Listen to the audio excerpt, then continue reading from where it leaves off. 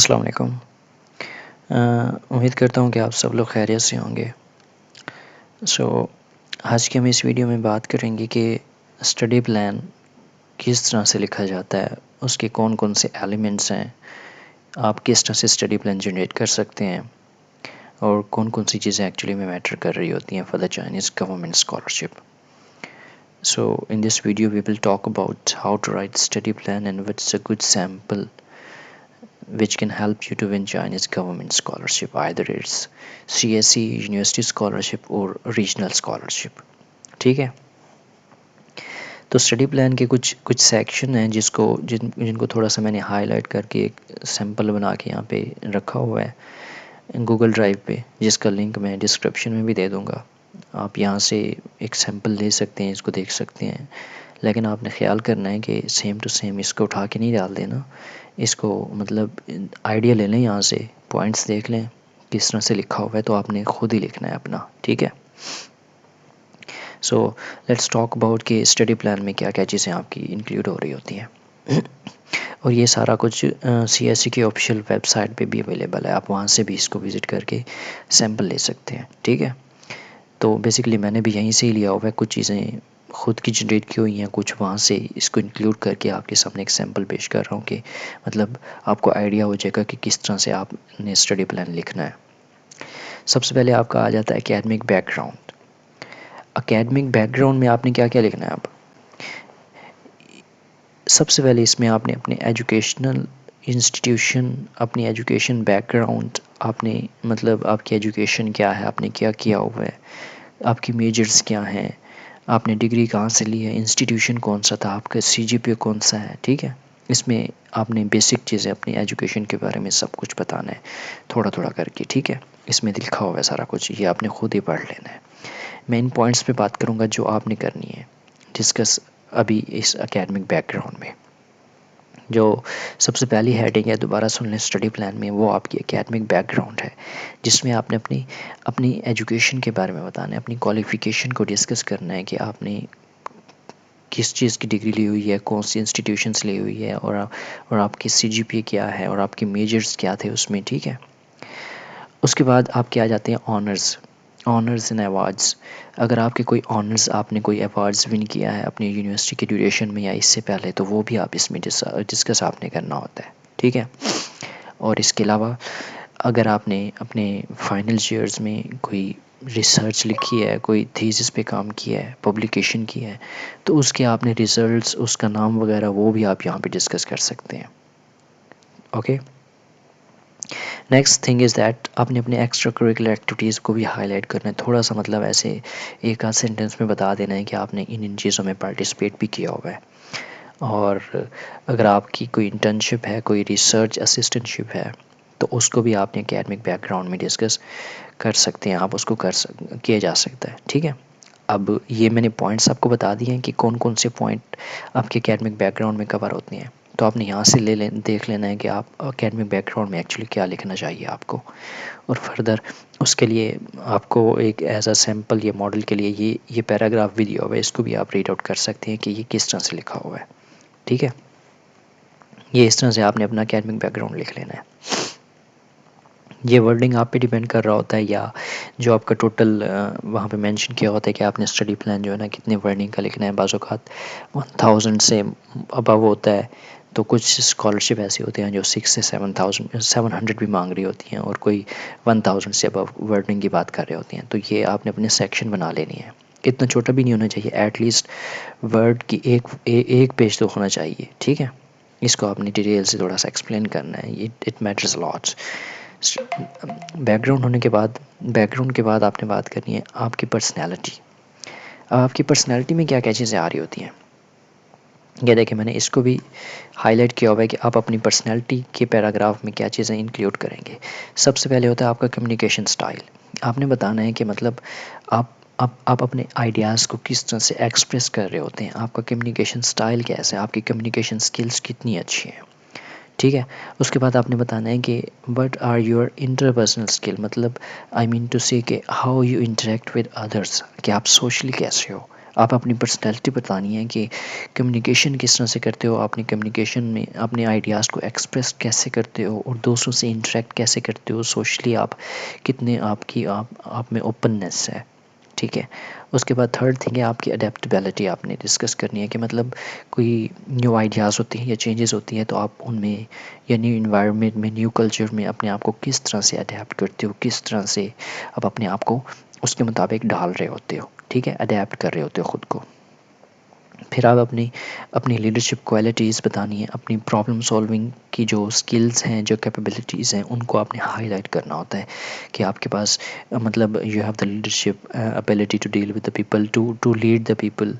तो आप problem solving को कितने अच्छे तरीके से एफिशिएंटली और इफ़ेक्टिवली रिजॉल्व कर सकते हो, उन पे उनको डील कर सकते हो, उनको कोप कर सकते हो। ठीक है, ये 4-5 चीज़ें थी। उसके अलावा आप मज़ीद इसको अगर लेंथी करना चाह रहे हो तो आप अपनी रेजिलेंस भी बता सकते हो। तो मतलब when you stuck in a difficult situation तो आप उससे किस तरह से बाहर आते हो, ख़ुद को मतलब प्रेशर में या बुरे वक्त में किस तरह से बाउंस बैक करते हो। ठीक है। बाकी इसमें फिर आप अपने पैशन, हॉबीज़, वैल्यूज़, बिलीव्स, इन सब को भी डिस्कस कर सकते हो। ख्याल रहे कि ये आपका जो पर्सनैलिटी का वाला सेक्शन है ज़्यादा लंबा नहीं होना चाहिए, बस छोटा सा एक पैराग्राफ ही लिखना है आपने। ठीक है। उसके बाद आ जाता है कि reasons to study in China. आपने यहाँ पे बताना होता है कि why you want to study in China, मतलब वाई ओनली चाइना। ठीक है। तो इसके लिए पॉइंट्स ये लिखे हुए हैं कि आपने बताना है कि चाइना आपके लिए बेस्ट क्यों है, आप चाइना में ही क्यों स्टडी करना चाहते हो। तो ये तो मतलब सिंपल सी चीज़ है, आपने बताना है कि चाइना ऐसा इकोनॉमिक ग्रोथ हब, ये इकोनॉमिक हब है। ठीक है, ये इंफ्रास्ट्रक्चर इसका डेवलप हो रहा है, ये अभी मतलब one of the best country who is going to prove his presence in the world, कि वो दुनिया को दिखाना चाह रहा है कि वो भी एक पावर है। वो अपने आप को भी रिसेंट ईयर्स में बैक में जाएँ तो उसने मतलब काफ़ी इम्प्रूव किया है और ये एक ग्रोइंग इकॉनमी है। ठीक है, तो आपने इसको बताना है कि मतलब ये कितना अच्छा मुल्क है और आप इसको क्यों पसंद कर रहे होते हो। ठीक है, सबसे पहले आपने इसमें बताना है कि ग्लोबल पर्सपेक्टिव में कि मतलब मॉडर्नाइजेशन या इनोवेशन ग्लोबल में मतलब ये एक जो लोग यहाँ से पढ़ के जाते हैं या जो यहाँ पढ़ते हैं उनको उनको एक ग्लोबल को एक नए पर्सपेक्टिव से देखते हैं कि मतलब उनके लिए कैरियर अपॉर्चुनिटीज़ बढ़ जाती हैं, लोग उनको प्रेफर करते हैं, दूसरे ममालिक वाले भी। और वो ग्लोबल पर्सपेक्टिव से देखा जाए तो चाइना एक बहुत ही स्ट्रॉन्ग कंट्री है। ठीक है, इसके बाद इसकी इकोनॉमिक ग्रोथ पे हमने बात कर ली। इसके पास एक एजुकेशनल एक्सीलेंस, रिसर्च अपॉर्चुनिटीज़ बहुत ज़्यादा हैं जिसकी वजह से आप इस चाइना में स्टडी करना पसंद कर रहे होते हो। ठीक है, और लैंग्वेज लर्निंग एक और पॉइंट है। चाइनीज़ जो है ना, आप कह सकते हैं कि बहुत से ममालिक में बोली जाती है और ये बहुत ज़बरदस्त लैंग्वेज है। तो ये इसमें स्टडी पढ़ने से आप इसको सीखने का आपको मौका मिलता है। ठीक है। Affordability as compare to western या किसी और ममालिक की बात करें, कंट्री की बात करें तो एज़ कम्पेयर टू दोस्त इसमें हम ईज़िली अफोर्ड कर सकते हैं, लेस एक्सपेंसिव है। ठीक है। उसके अलावा नेटवर्किंग अपॉर्चुनिटीज़, कैरियर अपॉर्चुनिटीज़ जैसे मैंने आपको पहले बताया वो भी ज़्यादा हैं जिसकी वजह से आप चाइना में स्टडी करना चाह रहे हो। ठीक है, इसमें मॉडर्न इंफ्रास्ट्रक्चर है और सबसे बड़ी बात ये स्कॉलरशिप बहुत सारी देता है, बहुत सारी मतलब स्कॉलरशिप पे लोगों को हाँ एजुकेशन प्रोवाइड कर रहा होता है जिसकी वजह से कि मतलब we are under develop student या कह सकते हैं कि बैकग्राउंड एरियाज से होते हैं तो हम स्कॉलरशिप और अपनी स्टडी हायर स्टडी अफोर्ड नहीं कर सकते। तो स्कॉलरशिप एक बहुत ही ज़बरदस्त वे है जो कि चाइना प्रोवाइड कर रहा होता है जिसकी वजह से हम चाइना को पसंद करते हैं या उसमें पढ़ना पसंद करते हैं। ठीक है, ये इसकी स्टडी की, ये इसकी रीज़न हो गई। इसको भी आपने एक नॉर्मल सा पैराग्राफ बना लेना है जैसे ये बना हुआ है। ठीक है, यही नहीं डालना, आपने खुद से लिखना है सारा। पॉइंट्स मैंने बता दिए हैं तो आप इन पॉइंट्स को अपने मुताबिक इसको टर्न कर सकते हो, इसको मोल्ड कर सकते हो। ठीक है, उसके बाद आ जाता है why I am the best candidate for this scholarship. अब देखें बहुत सारे स्टूडेंट हैं जिन्होंने स्कॉलरशिप के लिए अप्लाई किया होता है तो आपने बताना है कि आप उनमें से बेस्ट क्यों हो। अब इस पैराग्राफ में आपने क्या करना है कि you have to tell that you have a best academic record. ठीक है, तो आपने अपने एकेडमिक एक्सीलेंसी बतानी है कि आपकी जो बैकग्राउंड था, एजुकेशन थी, जो क्वालिफिकेशन है, जो एकेडमिक बैकग्राउंड है वो बहुत आउटस्टैंडिंग है, वो दूसरों से मतलब बहुत ज़बरदस्त है और आप में एक पैशन है स्टडी के लिए। कि आप ये करना चाहते हो और ये आपका एक बहुत ही ज़बरदस्त तरीके से एनर्जी आप में और आप इसके लिए बड़ा पैशनेट हो, ठीक है। फिर आपने अपनी leadership, initiative, skills, innovation, creativity बतानी है कि you are a diligent student, you have a creative और इनिशिएटिव एबिलिटीज़। तो मतलब आप में एक लीडरशिप क्वालिटी है, आप चाहते हो कि जिसकी बेस पे आप कह सकते हो आई एम द बेस्ट। कि हर कोई लीडरशिप क्वालिटीज़ हर किसी में नहीं होती, हर कोई एक क्रिएटिव इंसान नहीं हो सकता, हर किसी में वो स्किल्स नहीं होती जो आप में है। So you have to tell them that this make you different from other student, from other candidates. और फिर आपने बताना है कि you have a, you contribute a positive, you bring a positive change in your community। कि आप मतलब social working करते हो, आप कम्युनिटी के लिए कुछ करके दिखाना चाहते हो, आपने ये किया हुआ है, आप आगे ये प्लान कर रहे हो, तो आप वॉलंटियरली वर्क आपने किया, वॉलंटियरली वर्क के लिए आप हमेशा तैयार रहते हो। तो ये चीज़ आपको दूसरों से सेपरेट कर रही होती है। तो इन चीज़ों को भी आपने हाईलाइट करना है, ठीक है। उसके बाद आता है स्टडी प्लान इन चाइना। अब स्टडी प्लान में क्या हो रहा है फिर इसमें आपने बताना है कि आपने कौन सा प्रोग्राम चूज़ किया है, ठीक है, उसकी रीज़न क्या है।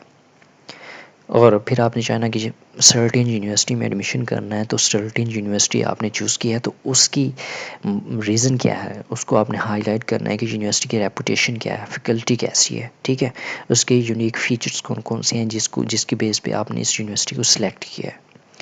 और फिर आपने अपनी लैंग्वेज प्रिपरेशन भी बतानी है कि मतलब how you are going to learn the Chinese, how you are going to survive in a country where Chinese is spoken mainly by the people, ठीक है। तो आपने ये भी बताना है कि आप किस तरह से मतलब आप जाओगे तो आप कह सकते हो कि मैं स्टार्ट में जो है ना चाइनीज़ के लिए टाइम अपना निकालूंगा, चाइनीज़ लैंग्वेज सीखूंगा, साथ इंग्लिश में अपना प्रोग्राम कंटिन्यू करूँगा। तो ये भी आपने साथ में प्लान अपना शेयर करना होता है स्टडी प्लान इन चाइना में, ठीक है।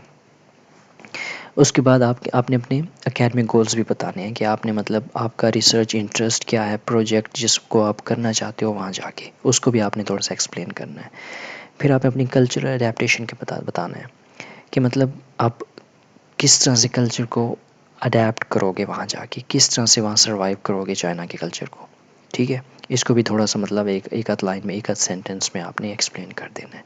उसके बाद आपने फाइनेंशियल प्लानिंग भी बतानी है कि how you are going to finance yourself. क्या कोई आपको फैमिली से सपोर्ट कर रहा है, क्या आप स्कॉलरशिप के बेस पे जा रहे हो, किस तरह से आप वहाँ पे स्टडी को कंटिन्यू करोगे, ठीक है। उसके बाद आपने हेल्थ इंश्योरेंस के बारे में बताना है, फिर आपने अकोमोडेशन बताना है where are you going to live. उसके बाद आपने नेटवर्किंग और एक्स्ट्रा करिकुलर एक्टिविटीज़ के बारे में बताना है कि स्टडी के अलावा और आप क्या क्या करना चाहते हो, क्या क्या प्लान किया हुआ है आपने, ठीक है। Discuss your attention to participate in club events और networking activities at the university। तो आपने इन सब को एक्सप्लेन करना है कि जिसकी वजह से आपकी पर्सनल और प्रोफेशनल डेवलपमेंट से ग्रोथ होती है, ठीक है। उसके बाद आपने ट्रैवल प्लान्स के भी बताना है कि आप when you are going to plan to go to China, और आपने कब जाना है, कौन से मंथ में जाना है, या मतलब किस तरह से आपने मैनेज करना है उसको भी आपने स्टडी प्लान में बता देना है, ठीक है। थोड़ा सा ऐसे ही सरसरी सी हाईलाइट कर देना है। उसके बाद आ जाता है कि what's the next after MS या पीएचडी। तो वो भी आपने उसको मतलब थोड़ा सा बताना है कि what are your plans after after completing your study period. तो अगर आप एमएस के हो तो आप कुछ भी कह सकते हो कि मतलब you want to you will apply for the PhD programme और you will come back to your home and serve your community etcetera, कुछ भी हो सकता है, ठीक है। तो उसके बाद आपने ये जैसे मैंने लिखा हुआ है कि आप अगर लिखना चाहते हो तो नाम, passport, date of birth, cell phone number लिख सकते हो, ठीक है।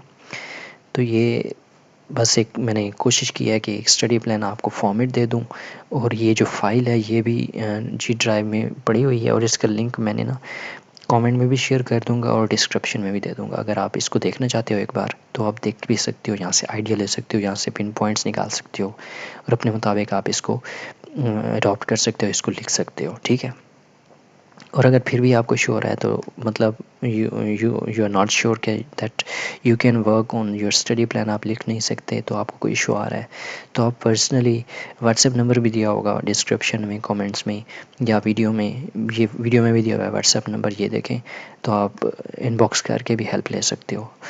अगर आप हेल्प लेना चाहते हो तो डेफिनेटली इट्स फ्री। लेकिन अगर आप कहते हो कि आपको स्टडी प्लान बना के दिया जाए लिख के दिया जाए तो ये पेड सर्विस है। अगर आप पेड सर्विस लेना चाहते हो दैट्स आल्सो अवेलेबल। अगर आप सिर्फ काउंसलिंग और थोड़ी सी गाइडेंस लेना चाहते हो तो वो फ्री ऑफ कॉस्ट है। ठीक है, एक छोटे सा मैंने कोशिश की इस वीडियो में आपका रिसर्च प्लान कवर और स्टडी प्लान कवर हो जाए। तो इंशाल्लाह नेक्स्ट वीडियो में हम बात करेंगे कि रिसर्च प्रपोजल या कोई और चीज़, कोई और वीडियो जिस पे मतलब that will help you to get your Chinese government scholarship या दूसरी स्कॉलरशिप। ठीक है, थैंक्स।